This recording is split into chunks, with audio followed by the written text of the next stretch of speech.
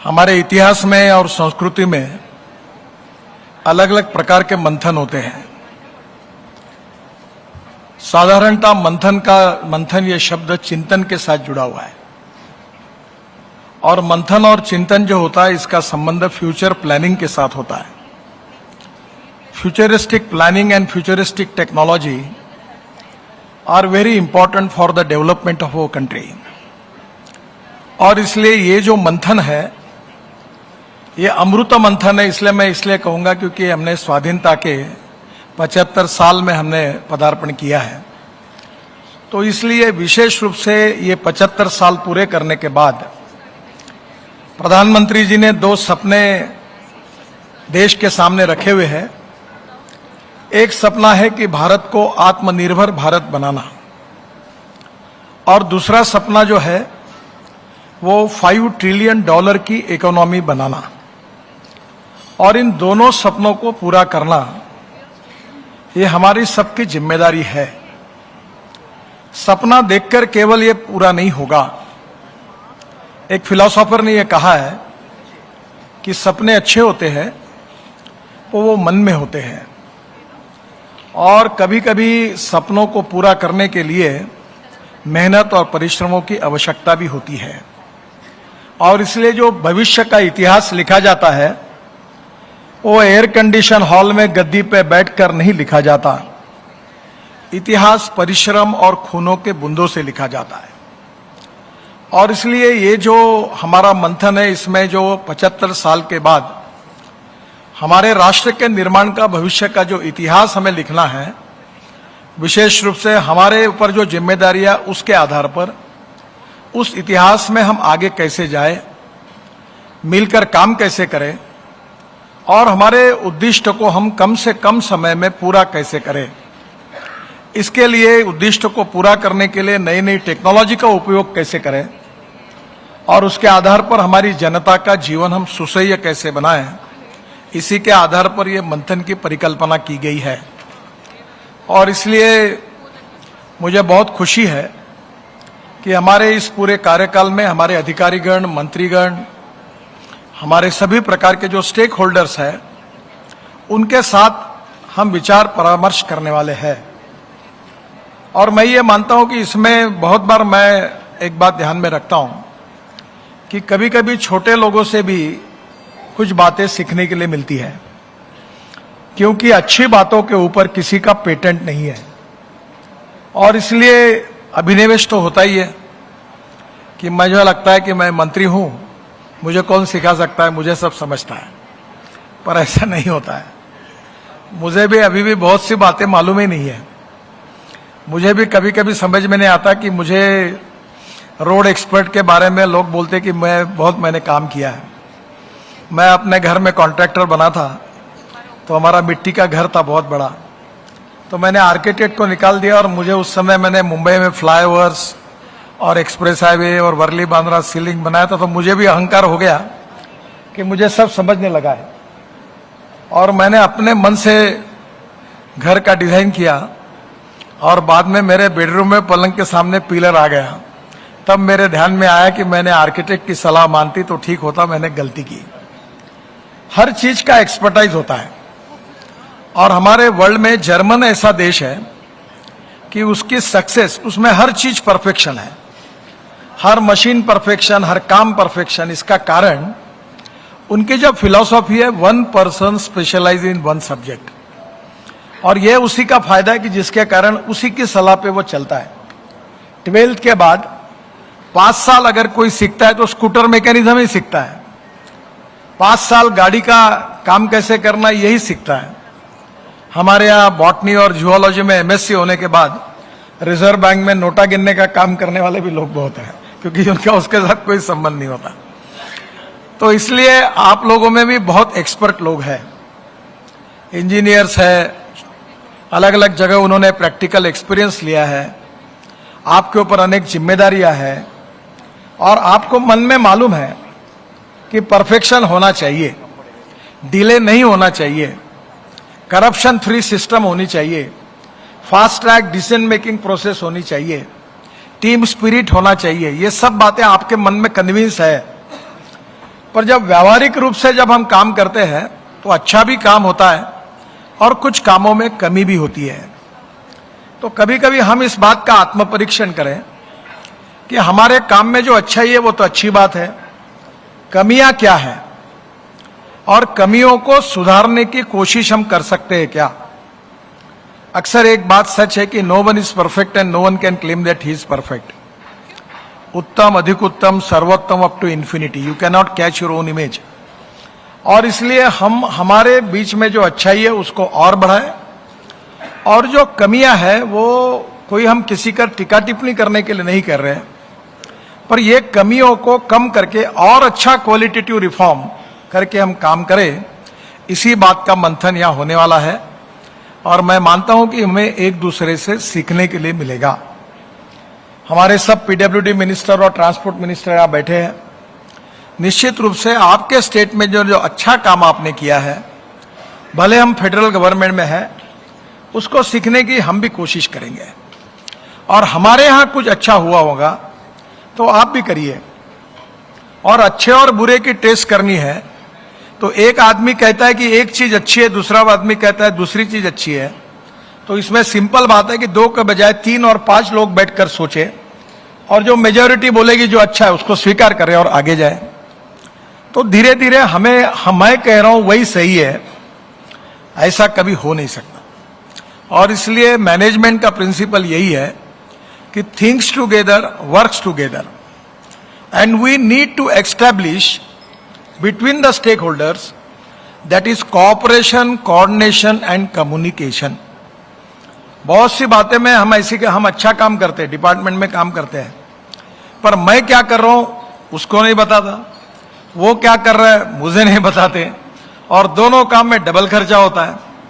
अब जहां हम टनल बनाते हैं वहां रेलवे को भी टनल बनानी है, रेलवे को जहां टनल बनाने हमें रोड बनाने हैं, पर हम उनको पूछते नहीं, वो हमको पूछते नहीं।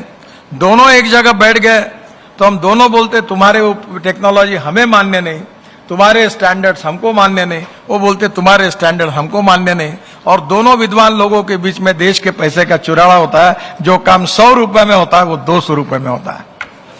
तो ये बेसिकली ये गति शक्ति की जो योजना प्रधानमंत्री जी ने आई, वो अक्सर कहते हैं कि हम साइलोज में सोचते हैं, और साइलोज में सोचने के कारण फिर कभी कभी ये बातें आती है। मैं कहता हूं प्लांट लगाओ, तो एक इंजीनियर ने, कॉन्ट्रैक्टर ने मुझे कहा कि क्या प्लांट लगाने का काम मेरा है क्या।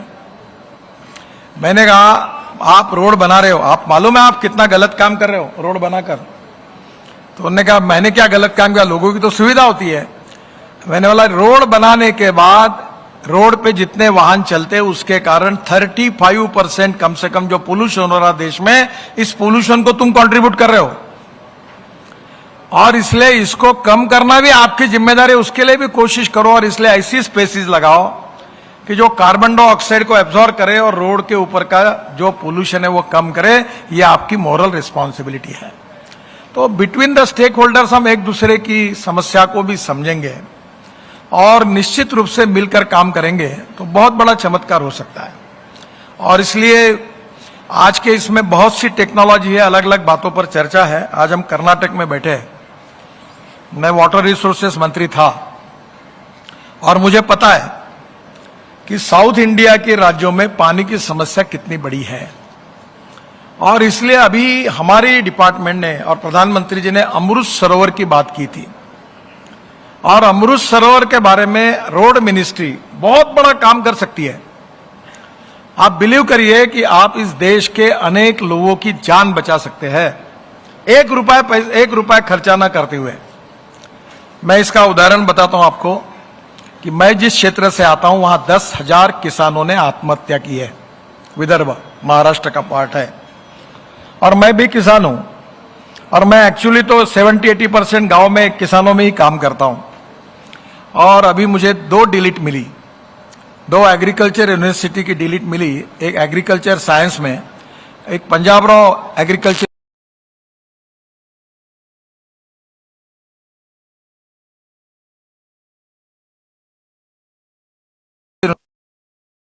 पानी ये समस्या है, और सब जगह पानी कभी कई जगह ज्यादा है कई जगह कम है। पानी की कमी नहीं है, पानी के नियोजन की कमी है।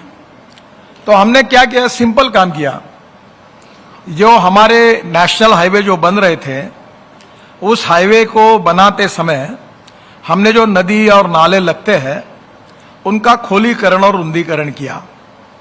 फिर जो एग्रीकल्चर यूनिवर्सिटी में 10,000 एकड़ जमीन थी, 350 एकड़ इरिगेशन था, मैंने वाइस चांसलर को बुलाया और मैंने कहा मैं आपको तालाब बना के देता हूं फुकट में, फ्री ऑफ चार्ज। तो उन्होंने मुझे जमीन दी और मैंने कहा आपकी मिट्टी हम रोड पे ले वापरेंगे। उन्होंने अनुमति दी और 36 तालाब बनाए। अब वो फिल्म आपको देखने के लिए मिलेगी, कभी आप उस एरिया में जाइए। मैं गया था, 22,000 कुएं रिचार्ज हुए, 10,000 एकड़ जमीन इरिगेशन के अंदर आई और जहां किसान आत्महत्या कर रहे थे वहां नींबू और संतरे के पेड़ लगे, वहां का एग्रीकल्चर ग्रोथ रेट बढ़ा, नए रोजगार निर्माण हुए। और मैं जब वो गांव में गया था, 32 गांवों में पीने के पानी का प्रॉब्लम सॉल्व हुआ, तो मैं वाइस चांसलर को लेकर वो गांव में गया। तो गांव में एक 85 साल का बूढ़ा आदमी वहां से दूर से मुझे अस्वस्थ होकर नजदीक आना चाहता था। तो मेरे साथ काफी पुलिस और कमांडो थे, तो मुझे ध्यान में आया कि वो कुछ मुझे आना चाहता है। तो मैंने कहा उनको बुलाओ। तो वो आए और आने के बाद वो मेरे पैर छूने लगा। तो मैंने तुरंत उनको पकड़ लिया। मैंने बोला आप क्या कर रहे हो? बोले नहीं मुझे पैर छूने दो तुम्हारे। तो मैंने कहा ये मत करो, मैं बहुत छोटा हूं, आप बड़े हो बाबा जी, ये काम मत करो। बोले मैं इसलिए कर रहा हूं कि मैं 85 साल का हूं, मेरे गांव में पीने के लिए पानी नहीं था। मेरी लड़की बेटियां बहू दूर दूर जाके पानी लाती थी। मार्च अप्रैल में यहाँ की हमारे यहाँ वो धनगर कम्युनिटी थी जो भेड़ बकरी को पालन करते, सब लोग माइग्रेट हो जाते थे, चले जाते थे। अब गांव में पानी आया, मेरे पास 4 एकड़ खेती है, मेरा कुआं 1 घंटा पानी देता, आपने ये कर दिया 24 घंटे पानी मिल रहा है। हमारा सबका जीवन बदल गया है, केवल मुझे आपके पैर छूने दो। उसके आंखों में आंसू थे, 1 रुपया खर्चा नहीं हुआ। NHI को फुकट में मट्टी मिली, गांव वालों को पानी मिला। तो मेरा आपको यही अमृत सरोवर की योजना है जिसकी चर्चा होने वाली है कि दौड़ने वाले पानी को चलने के लिए लगाओ, चलने वाले पानी को रोकने के लिए लगाओ और रुके हुए पानी को जमीन को पीने के लिए लगाओ।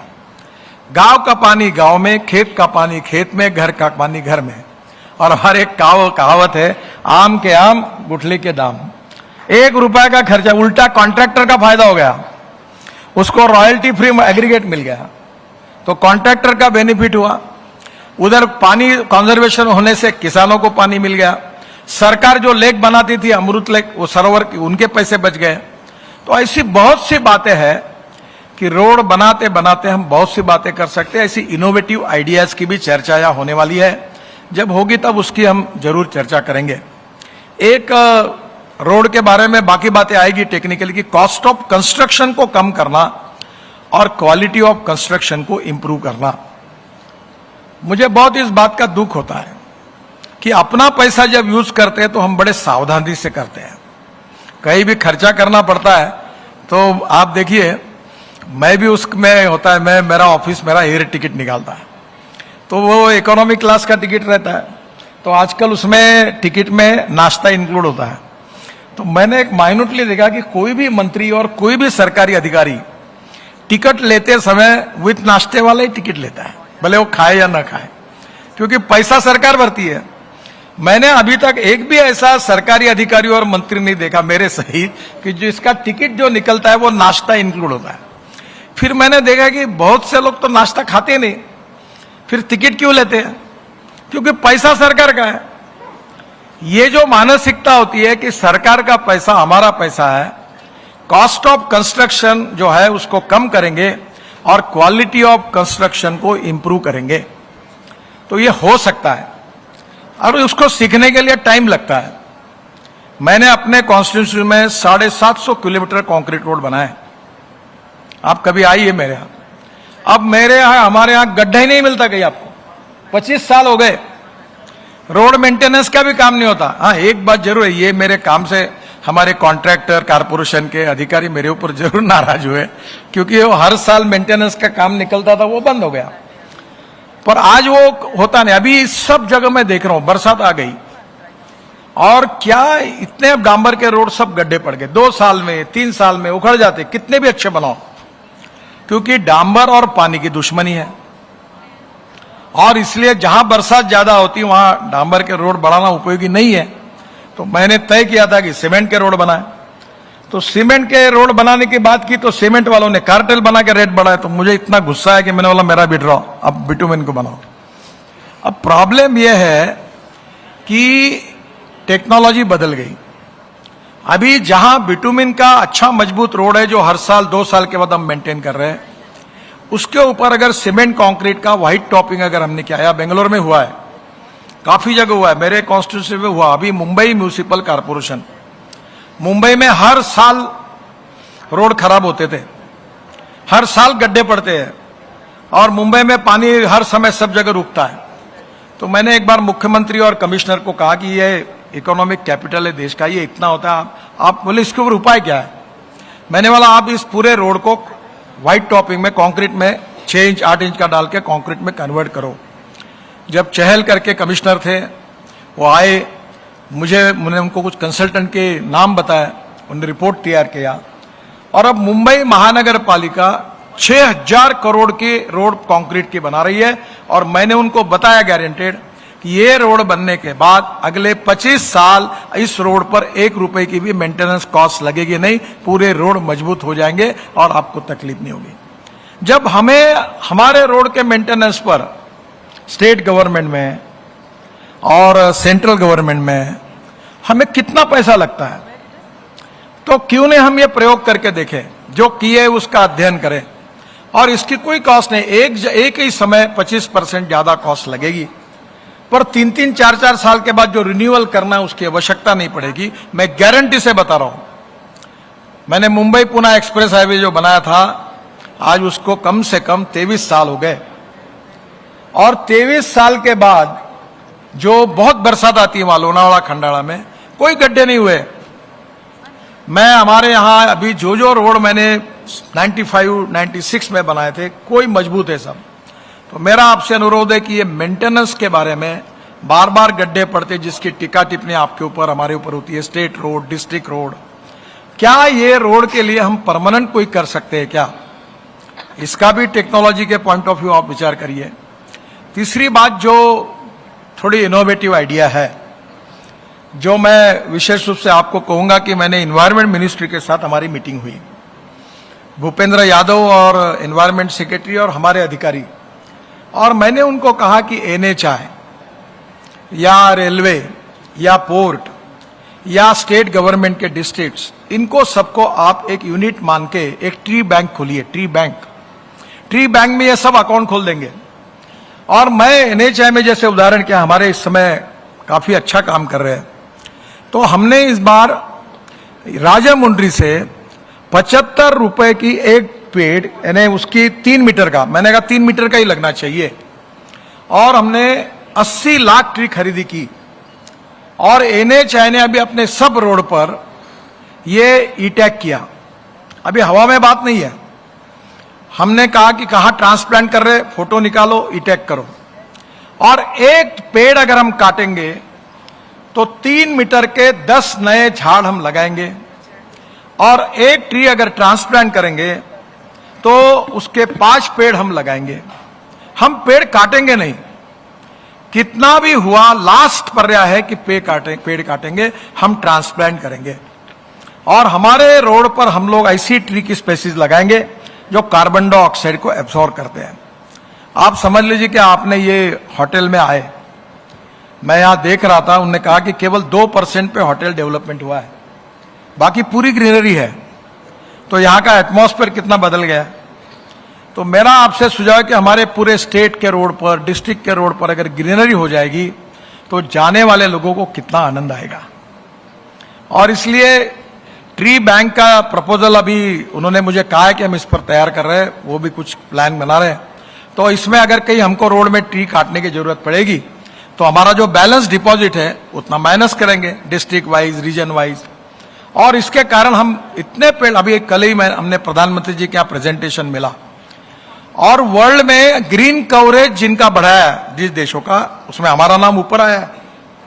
रिमोट सेंसस वालों को मैंने बुलाया था और मैंने हमारे स्टेट के लिए, महाराष्ट्र के लिए एक योजना बनाई।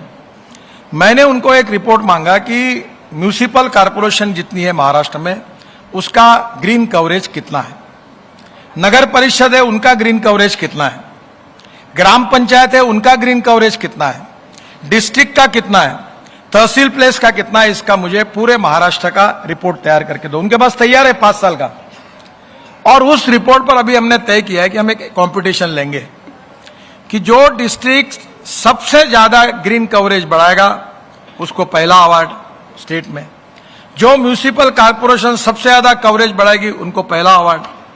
ऐसा करके ग्राम पंचायत, नगर पालिका, डिस्ट्रिक्ट और वहां के कलेक्टर, पालक मंत्री, ग्रेडियंट मिनिस्टर और वहां के सांसद, तीनों को मिलकर अवार्ड देंगे। तो ये कंपटीशन बढ़ जाएगी तो इतना ग्रीनरी बढ़ जाएगी, इतने पेड़ लग जाएंगे तो इकोलॉजी एंड एनवायरनमेंट का प्रॉब्लम भी नहीं आएगा। तो मुझे आपसे यही कहना है कि बनाते बनाते इसमें कुछ इनिशिएटिव आप करिए। तीसरी बात जो है कि हमारे रोड पर इतनी गाड़ियां बढ़ रही है, ये हमने तय किया था कि पहली प्रायोरिटी वाटरवेज को, दूसरी प्रायोरिटी रेलवे को, तीसरी प्रायोरिटी रोड को और उसके बाद एविएशन को। पर अब हमारा मामला ऐसा है कि अभी देश का 90% पैसेंजर ट्रैफिक रोड पर आया और 70% से ज्यादा गुड्स ट्रैफिक भी रोड पे आया। तो ये देश के लिए अभी रोड हम अच्छे बना रहे हैं तो कभी कभी मुझे लगता है कि हम अच्छा काम कर रहे हैं कि बुरा काम कर रहे हैं, पर ये हो रहा है। और इसलिए स्वाभाविक रूप से हमें ये सोचना होगा कि इसमें इंटीग्रेटेड अप्रोच में गति शक्ति योजना में हमने लॉजिस्टिक पार्क बनाए। फिर इसमें एक है कि पानी पे अगर हम चलते हैं तो उसका खर्चा 1 रुपया है, फॉर एग्जाम्पल। रेलवे पे जाते हैं तो 6 रुपया और रोड पे जाते हैं तो 10 रुपया। और लॉजिस्टिक कॉस्ट कम करेंगे तो इंडस्ट्री आएंगी, कैपिटल इन्वेस्टमेंट आएगी, तो रोजगार निर्माण होगा, राज्य की प्रगति होगी। तो मेरा आपसे सुझाव है कि हमारे राज्य में जो वाटरवेज है या समुद्र सी पोर्ट है, उनको रोड से जोड़ने का काम हम कर रहे हैं। ये गति शक्ति में हमारे सब डिपार्टमेंट मिलकर कर रहे हैं कि पोर्ट की connectivity, major, minor, private port को जोड़ रहे हैं ताकि हम पानी से कैसे जाए। अभी हमारी लॉजिस्टिक कॉस्ट 16% आती है, चाइना में 8 से 10% आती है, हमारे यूरोपियन कंट्री में 12% आती है। और अगर हमने 16 से 10% पे लाई तो हमारा एक्सपोर्ट 1.5 गुना होगा, और एक्सपोर्ट 1.5 गुना होगा तो कितने लोगों को रोजगार निर्माण होगा, वेल्थ कितनी क्रिएट होगी, देश की प्रगति कितनी होगी। और इसलिए ये जो इंटीग्रेटेड अप्रोच है जिसमें भारत सरकार में गति शक्ति बनी है, मैं आपसे सुझाना चाहता हूं ट्रांसपोर्ट मिनिस्टर्स को, पीडब्ल्यूडी मिनिस्टर को, क्या आपके राज्य में इस प्रकार के इंटीग्रेशन की कोई योजना आपने बनाई क्या?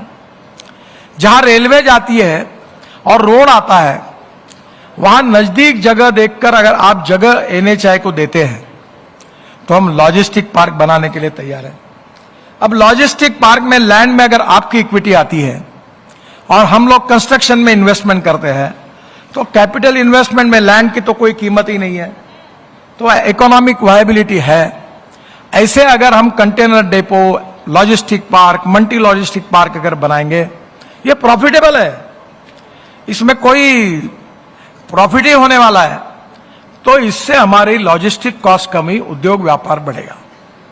हमने पर्वतमाला सीरीज लाई है कि ropeway, cable car, funicular railway, अभी बहुत इसमें टेक्नोलॉजी आई है शहरों के लिए, mass rapid transport on electricity, pollution कम हो।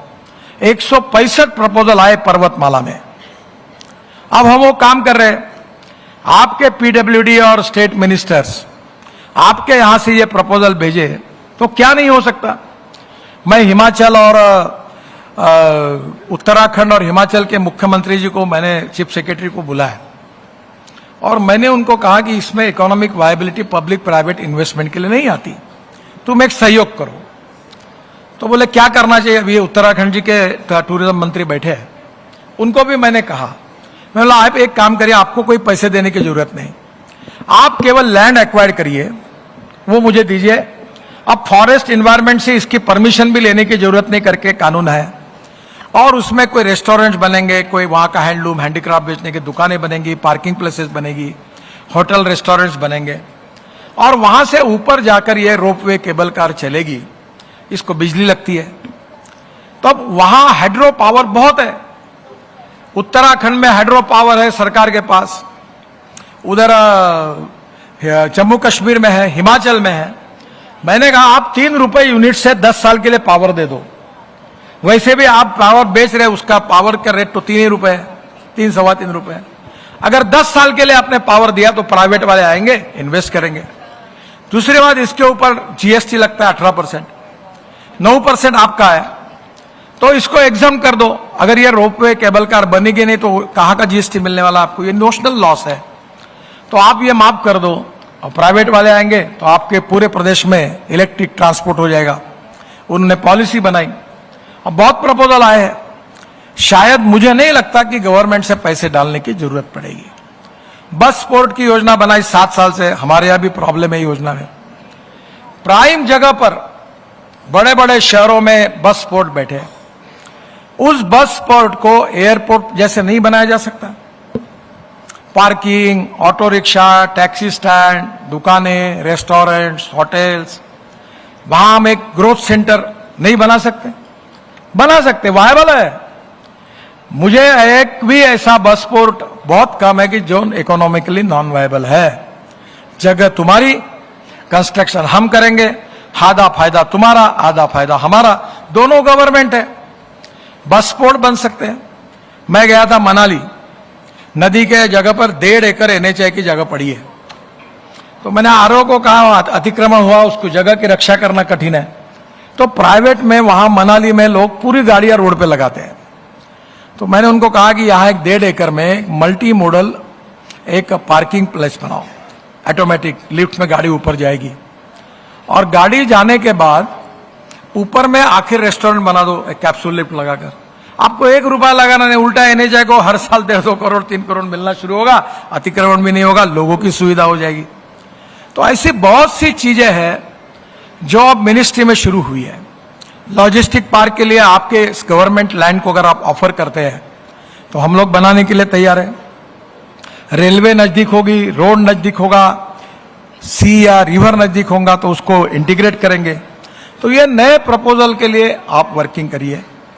तीसरी बात जो इंपॉर्टेंट है, जिसके लिए मैं आपको कहूंगा कि टेक्नोलॉजी, प्रीकास्ट। अभी आपको पता है ये झोजिला टनल में मेरे समय से 7 साल में 4 बार टेंडर निकला और हर बार वो रिजेक्ट हो गया, कोई ना कोई प्रॉब्लम आया। कभी बीओटी में निकला, कभी ईपीसी में निकला, कभी सब प्रकार से हुआ, और आखिरी में कॉस्ट 12,000 करोड़, यानी एक टनल की कॉस्ट 12,000 करोड़ तक पहुंच गई, जो एक समय 5,000 6,000 करोड़ थी। चलते गया और हमने अप्रूवल कैबिनेट का लिया था। 1 साल मेहनत की। दिल्ली में एक एसोसिएम करके संस्था है, हमारे डीजी, हमारे अधिकारी, एसोसिएम के लोग, टनल के एक्सपर्ट्स, मेरे साथ एक टनल में काम करने वाले एक्सपर्ट थे, उन्होंने बेचारों ने समय दिया धर्माधिकारी करके, और हमने साल भर काफी काम किया। उसका वर्कशॉप हुए और आपको ताज्जुब होगा, वर्ल्ड की अच्छी अच्छी टेक्नोलॉजी लाई, मशीन्स के बारे में बातचीत हुई, और उस एक ही टनल पर हमने 5,000 करोड़ रुपए बचाए। अब वो टनल लगभग पूरी होने की तरफ जा रही है, जोजिला। अब मुझे बताइए कि पैसा बचाया नहीं जा सकता? अभी हमने नई इन्फोर्समेंट कंक्रीट की टेक्नोलॉजी लाई कि उसमें स्टील फाइबर डालेंगे। अभी देखो उससे कितना कॉस्ट कम हो रहा है। अभी डिस्टेंस बिटवीन 2 पेयर 30 मीटर के बजाय 120 मीटर हो रहा है, तो स्टील और सीमेंट कम लगेगा। तो आपके स्टेट में, मैं अभी आपको सीआरएफ में पैसे देने के लिए आप सब मेरे पास आते हैं। अब वो सीआरएफ में हमारी भी मर्यादा है, हम नहीं दे पाते। अब 16,000 करोड़ रुपए के रेलवे आरओबी और आरओबीएम बना रहे हैं, और आप सबके स्टेट का हिस्सा है उसमें। एडिशनल फंड सीआरएफ में 1,600 करोड़ का फाइनेंस मिनिस्टर ने दिया है। अब मुझे बताइए कि 6 राज्यों ने हमारे साथ एमओयू किया। ये जो आरओबी है, ये स्टेट रोड पर, डिस्ट्रिक्ट रोड पर, आपके शहरों में हम 100% पैसे से कर रहे हैं।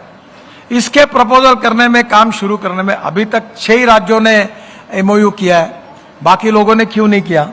आप करिए, प्रपोजल भेजिए, आरओबी मंजूर करिए और काम कराइए, जिससे आपके राज्य को फायदा होगा। ऐसी बहुत सी बातें हैं जिसमें ओनरशिप की आवश्यकता है। देखिए, अगर कोई एक्सीडेंट होता है तो लोग किसको जिम्मेदार मानते हैं? मिनिस्टर को मानते हैं। उसका अगर रेलवे का एक्सीडेंट हुआ तो बोलते हैं मिनिस्टर ने रिजाइन करना चाहिए। लाल बहादुर शास्त्री ने रिजाइन किया था। हवाई जहाज गिर जाता है तो एविएशन मंत्री का रेजिग्नेशन मांगते हैं। अब मुझे बताइए कि आप जब जिम्मेदार है तो आपने भी बोलना चाहिए ना कि ये क्यों नहीं हुआ। ये उसकी जो ओनरशिप है, हमारे बेटे पर प्रेम करना कैसे नेचुरल होता है, क्योंकि वो हमारा बेटा होता है, हमारे परिवार पर हम प्रेम करते हैं, पर हमारे दिए हुए जिम्मेदारी के काम पर भी हम उतना ही प्रेम क्यों नहीं करते? तो ये ओनरशिप आप में से अनेक लोग करते भी हैं। तो ये जो ओनरशिप है, ये रखकर केंद्र सरकार के सभी योजनाओं का फायदा लेकर आप काम करेंगे तो काम होगा। एक बहुत अच्छी बात हुई, एनुअल प्लान में हर बार रिस्ट्रिक्शन होता था। मैं बहुत बार बोलता था कि एनुअल प्लान अपनी ही है, रोड है, ये है, वो है।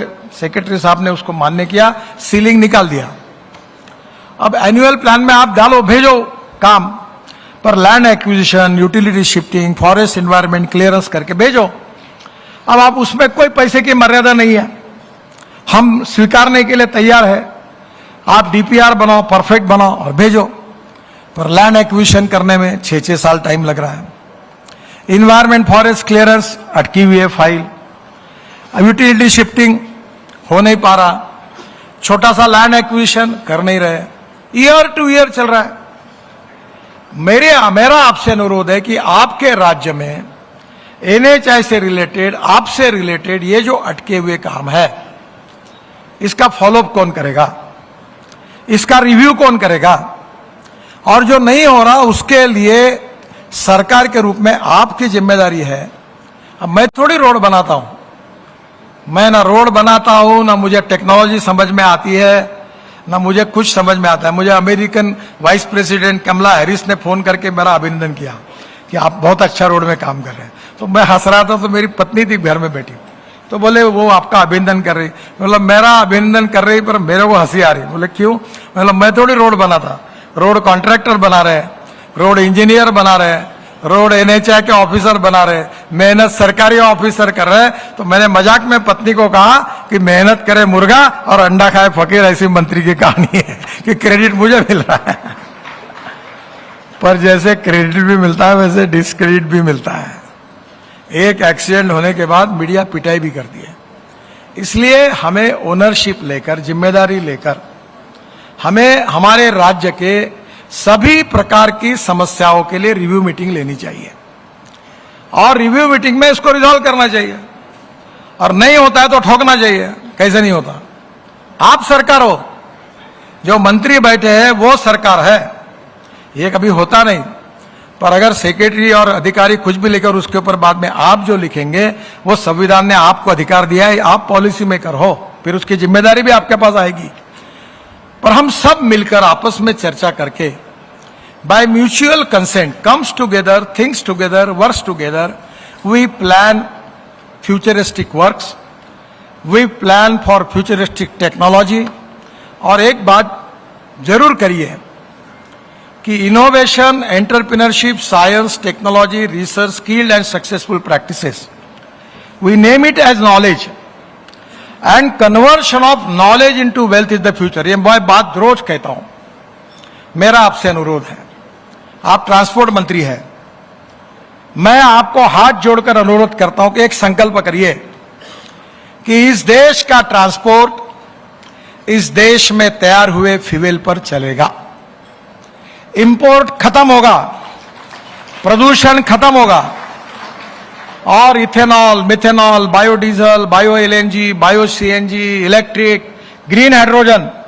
आप ट्रांसपोर्ट मंत्री है, मेरे घर पर हाइड्रोजन पर चलने वाली गाड़ी है और 28 तारीख को फ्लेक्स इंजन 100% बायो इथेनॉल पर चलने वाली टोयोटा की गाड़ी लॉन्च हो रही है। वो जो कैमरी गाड़ी थी जो 40% बिजली करती थी और 60% पेट्रोल, तो पेट्रोल के बजाय 100% इथेनॉल।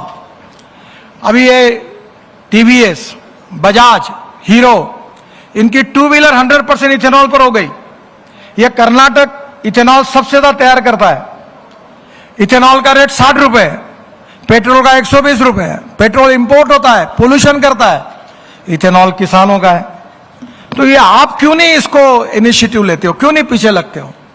एक बात जरूर है कि जो आउट ऑफ बॉक्स बात करता है, पहले उसको लोग बोलते हैं ये कई पागल आदमी, यही बार बार करता है। मैं 2004 से कर रहा था, तो हमारे पार्टी में अध्यक्ष था, तो मैं किसानों में था, बोलता था। तो मुझे अडवाणी जी और सुषमा जी एक बार बोल रही थी, ये कितने बार इथेनॉल करोगे नितिन, इससे क्या होने वाला है? मैंने बोला एक दिन होगा। और आज सब इथेनॉल हो गया, सब बात करने लगे, सब सपोर्ट करने लगे। अच्छी बातों को लोगों को समझाने के लिए समय लगता है। मैं एक दिन बैठा था, खाना खा रहा था, तो मेरी पत्नी भी एमएससी है। उसने मुझे पूछा कि तुम बोलते हो कि हाइड्रोजन पे, पानी से ऑक्सीजन हाइड्रोजन निकलेगा, फिर हाइड्रोजन पे गाड़ी चलेगी। जब मेरा ही तुम्हारे ऊपर विश्वास नहीं बैठता तो देश का कैसे बैठेगा? तो मुझे बड़ा वो बात लग गई। मैंने वहीं से विक्रम किर्लोस्कर जो टोयोटा के चेयरमैन को फोन किया। मैंने बोला वो मुझे हाइड्रोजन की गाड़ी ला के दो, हाँ हाइड्रोजन की गाड़ी ला के दो। तो हाइड्रोजन की गाड़ी फिर उन्होंने मुझे ला के दी, मैंने लॉन्च की, अब चलाई। तब मैंने पत्नी को बताया आप आओ दिल्ली, मैं हाइड्रोजन की गाड़ी में आपको घुमाता हूं। तब उसको लगा कि नहीं ये गाड़ी है। तो कभी कभी कुछ बातें लोगों को कन्विंस करने में समय लगता है, पर वो होते हैं कन्विंस। छोड़ना नहीं चाहिए अपनी बात को। जो लॉन्ग टर्म पर इतिहास बनाते हैं वो अपनी बातों को कभी छोड़ते नहीं है। दुनिया झुकती है, झुकाने वाला चाहिए। अपनी बात को मजबूती से रखते जाओ। The day will come that people will recognise you, and after recognise people will respect you. It will take some time. इसके लिए शॉर्टकट नहीं है। शॉर्टकट के बारे में कहा गया है कि शॉर्टकट कट यू शॉर्ट। तो मेरा आपसे अनुरोध है कि ये सब जो इनोवेटिव आइडियाज है, मैं जब रूरल मिनिस्टर था तो मैंने एक आइडिया मुझे डॉक्टर अब्दुल कलाम साहब ने दी थी, और मैंने उनको बुलाया था इनॉग्रेशन के लिए। वो क्या कहते थे? The bank of ideas, innovation and research. क्या आप आपके मिनिस्ट्री में, हम भी ये सब जगह करना चाहिए कि bank of ideas, innovation and research, यही मंथन है। अभी मैंने स्टार्टअप को हमने अभी डिक्लेयर किया, उनको अवार्ड दिए। और मैं आपको बताता हूं इतनी अच्छी अच्छी आइडिया है कि जिससे हमारी कॉस्ट कम होगी, नए नए मटेरियल हमको मिलेंगे, नई नई टेक्नोलॉजी आएगी, कॉस्ट ऑफ कंस्ट्रक्शन कम होगा, क्वालिटी ऑफ कंस्ट्रक्शन अच्छा होगा, रैपिड मास रैपिड ट्रांसपोर्ट इलेक्ट्रिसिटी उसमें अच्छा काम होगा, लोगों का जीवन सुसह्य होगा। और प्रधानमंत्री ने जो कहा था आत्मनिर्भर भारत, जो दुनिया की वर्ल्ड की नंबर 1 की इकोनॉमी हमको बनाना है, इसमें सबसे बड़ी जिम्मेदारी आपकी है। Water, power, transport and communication, 4 बातें नहीं होगी तो इंडस्ट्री और एग्रीकल्चर का प्रोग्रेस नहीं होगा। और इंडस्ट्री नहीं होगी तो कैपिटल इन्वेस्टमेंट नहीं आएगी, इंडस्ट्री नहीं आएगी तो एम्प्लॉयमेंट पोटेंशियल खड़ा नहीं होगा, रोजगार निर्माण नहीं होगा। और इंडस्ट्री बनानी है, टूरिज्म डेवलप करना है, तो road, water, power, transport and communication आवश्यक है।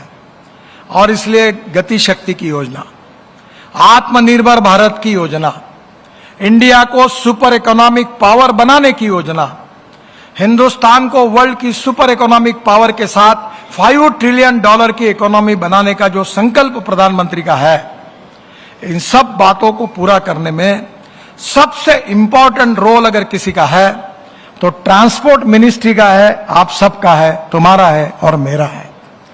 If we can qualitatively contribute for that, will make India number 1 super economic power in the world. और इसी का मंथन, इसी का चिंतन, इसी का फ्यूचरिस्टिक प्लानिंग, इसी को फ्यूचरिस्टिक टेक्नोलॉजी इनोवेशन का अध्ययन, और अध्ययन करके केवल थियरी मत करो। जो मेरे स्कूल में एक बार एक बच्चा था, वो फेल हो गया।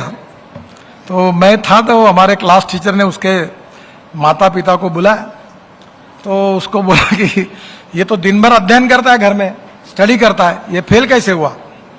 तो टीचर ने बोला तो इसको तो कुछ भी नहीं आता। तो उसको बुलाया कि तू क्या करता है? तो बोले मैं स्कूल में सब रफ में लिखता हूं और घर में जाके फेयर करता हूं। ये ऐसा रफ से फेयर करने का काम मत करो। Don't waste your time. You should have the vision for creativity. You should have vision for making some new things. You should have vision for making something contribute for society and for the country which is remarkable, historical and revolutionary. तो ये करने के लिए वो शिव खेरा कहते थे कि कुछ लोग एक ही चीज करते हैं और कुछ लोग ऐसे होते हैं कि जो लोग नहीं करते ऐसी चीज अलग अलग प्रकार से करते हैं। तो ये जो स्पेशली लीडरशिप आप सबको मिनिस्ट्री को देनी है और इस सपने को पूरा करने के लिए इस मंथन में वैचारिक कंट्रीब्यूशन के साथ आप सबको काम करना है। डिटेल में सेशन वाइज चर्चा होगी, उसका अध्ययन करके उनकी अच्छी बातों को जो आपको कन्विंस होती है उसको लेकर आपके राज्य में आप यशस्वी रूप से इंप्लीमेंट करिए और देश को और राज्य को आगे ले जाने के लिए इस मंथन का उपयोग करिए। इसी अनुरोध के साथ फिर से एक बार आप सब इसमें शरीक हुए हैं, आपने कंट्रीब्यूट भी किया है।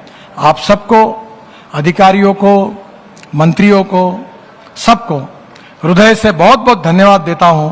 और हमारा cooperation, coordination and communication comes together, thinks together and works together, ये हमारा चिंतन और मंथन हमें 75 साल के बाद आगे जो जाना है उसके लिए एक नई दिशा देगा।